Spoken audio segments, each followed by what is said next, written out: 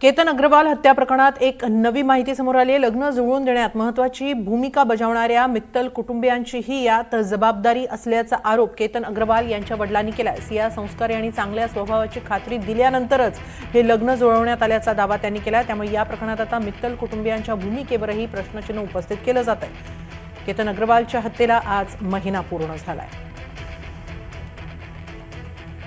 हे जे लग्न ठरवलं होतं ते माझे सख्खे चुलत मामा व मामी नरेंद्र जगन्नाथ मित्तल व रेणू नरेंद्र मित्तल हे दोघं मध्यस्थी होते।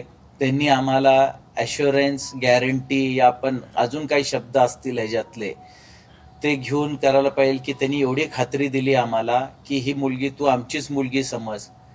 लहानपणापासून आम्ही ह्याला मोठी केली आहे आणि केतनला सुद्धा आम्ही लहानपणापासून बघितलेलं आहे।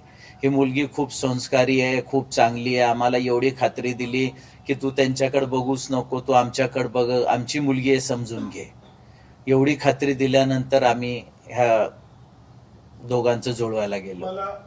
आजच्या परिस्थितीत तर मला असं वाटतं की त्यांना ही परिस्थिती माहीत होती आणि माहीत असताना हे केलंय त्याने। आमची फॅमिली तर हे मानते की ते जबाबदार आहेत ह्या सगळ्या गोष्टींना।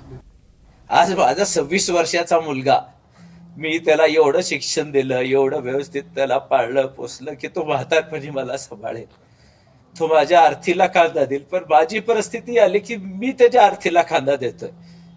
माझ्यावर एवढा मोठा दुःखाचा डोंगर कोसळलाय की मी हे व्यक्त नाही करू शकत कुणाला।